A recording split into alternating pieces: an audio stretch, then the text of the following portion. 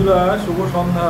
হয়তো শুভ সন্ধ্যা বলাটা ঠিক হবে না, কারণ আজকে একটা ভয়ঙ্করতম দুর্ঘটনা হয়ে গেছে, দুর্ঘটনা ঘটে গেছে আমাদের এই পাশেই, অর্থাৎ এনজিপির অনতি দূরে রাঙাপানি বলে একটি জায়গা, ফাঁসি দেওয়া যে ব্লক আছে সেখানে।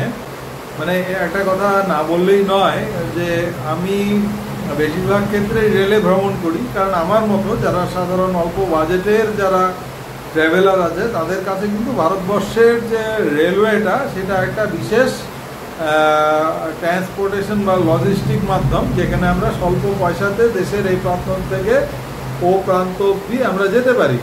মানে ধরুন ডিব্রুগড় থেকে কন্যাকুমারী অবধি, এইদিকে কাশ্মীর থেকে গুয়াহাটি অবধি, এই যে দীর্ঘ পথ সেটা একমাত্র ভারতবর্ষের এই যে রেলওয়ে সেটার মাধ্যমে আমাদের সম্ভব। এবং সেইখানে একটা দুর্ঘটনা বারবার ঘটে থাকে, এবং যে দুর্ঘটনাগুলো আমরা জানি হিউম্যান এরর, প্রতিবারই আমরা শুনেছি যে সেটা হচ্ছে হিউম্যান এরর, মানে মানুষের ভুল জনিত যে ত্রুটিজনিত কারণে সেই দুর্ঘটনাগুলো ঘটেছে। সেগুলো নিয়ে পরে আসছি।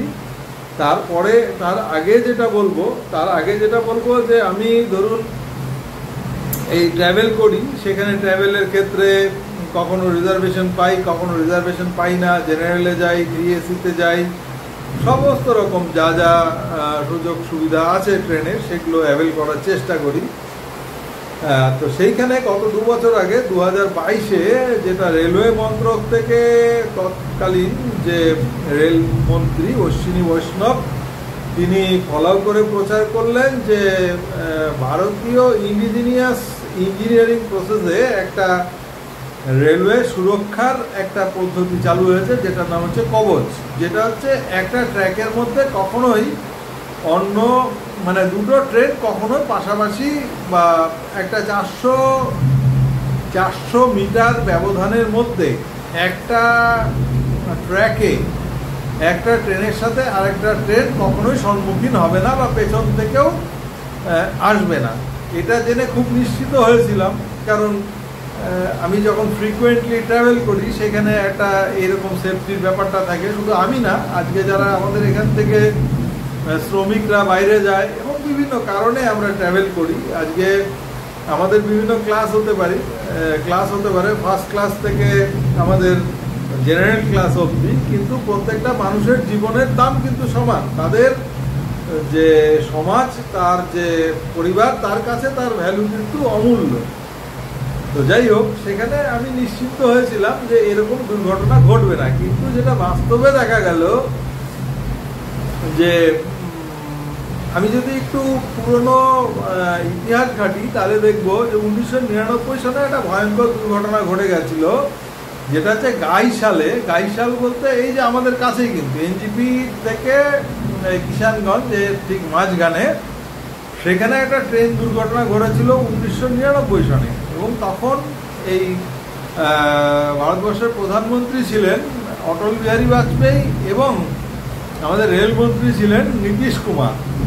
এবং সেই সময় মানে 2500 লোক নিয়ে সেই ট্রেনটা মানে দুর্ঘটনাগ্রস্ত হয়েছিল, তার মধ্যে মারা গিয়েছিল 285 জন মানুষ। এবং তৎকালীন সেই সময় এই যে দুর্ঘটনা সেটার দায় নিয়ে আমাদের তৎকালীন রেলমন্ত্রী নীতিশ কুমার তিনি পদত্যাগ করেছিলেন। যাই হোক, এরপরে অতি সম্প্রতি যেটা আমরা দেখি, গত বছর 2023 সনে এই যে কবচ যেটা এস্টাবলিশড হলো 2022-এ, তারপরে 2023-এ কিন্তু এরকম একটা দুর্ঘটনা ঘটে গেছে, যেটা বালেশ্বরে।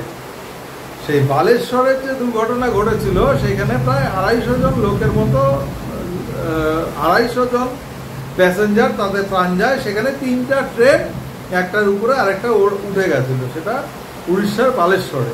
এবং তখন দেখেছি, তখনও রেলমন্ত্রী ছিলেন আমাদের বর্তমান যে গভর্নমেন্ট আছে সেটাই, যে এর আগের টেনিওরে ছিল, অর্থাৎ বিজেপি গভর্নমেন্টের রেলমন্ত্রী অশ্বিনী বৈষ্ণব। বাইদি ভাই তিনি আবার উড়িষ্যার বাসিন্দা। সেই সময় তার অনেক তৎপরতা দেখেছিলাম, রেল বগির ভেতর থেকে তিনি হামাগুড়ি দিয়ে বেরিয়ে আসছেন, এবং সেগুলো ফলো করে সোশ্যাল মিডিয়াতে প্রচার করা হয়েছিল। যাই হোক, তখন আমরা ভেবেছিলাম তিনি এই ব্যাপারে যথেষ্ট ওয়াকিবহল এবং তিনি আন্তরিকভাবে সেই ব্যাপারটা মিটিগেট করার চেষ্টা করছেন। কিন্তু বর্তমানে যে লাস্ট রেল বাজেট, সেখানে যেটা আমরা দেখলাম সেটা একটা ভয়ঙ্কর তথ্য আমরা পেলাম। সেই তথ্যগুলো কি, আজকে এই তথ্যগুলো জানার আগে যে বিষয়টা আমাদের জানতে হবে, ভারতবর্ষে এই মুহূর্তে রেলওয়ে ট্র্যাক হচ্ছে 1,25,000 কিলোমিটার হচ্ছে রেলওয়ে ট্র্যাক।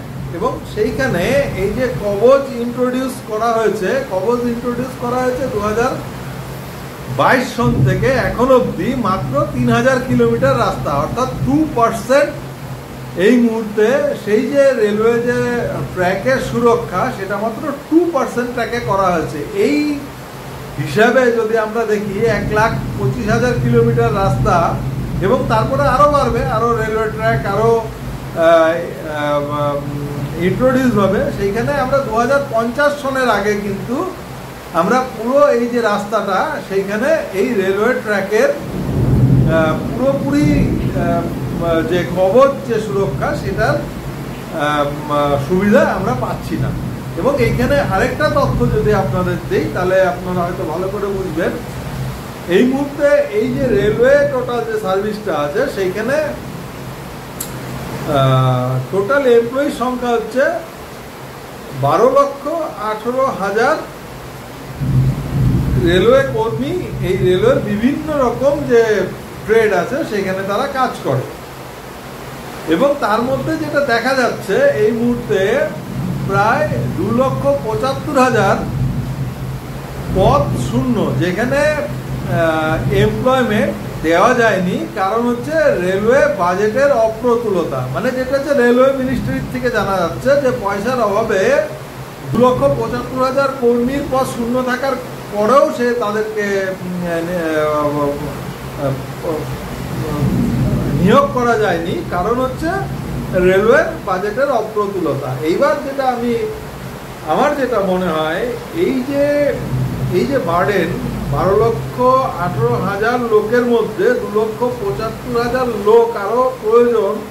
তার মধ্যে এই যে 2,75,000 লোকের যে কাজটা, তারা কিন্তু এই 12,18,000 লোকেরা তাদের অতিরিক্ত তাদের শ্রম দিতে হচ্ছে। এবং মানুষের আমরা জানি একটা বিভিন্ন ট্রেডের কিন্তু একটা মানুষের যে হিউম্যান, তার একটা সার্টেন টাইমের পরে তার রেস্ট নেওয়ার প্রয়োজন আছে। সেই রেস্টটা যদি না হয় তাহলে তার দেহ এবং মন এবং মস্তিষ্ক সেগুলো কাজ করে না। তাহলে আমরা বুঝে যাব যে এই যে লোকগুলো ওভার বার্ডেন নিয়ে কাজ করছে তাদের কিন্তু হিউম্যান এরর হতে পারে, এটাই স্বাভাবিক।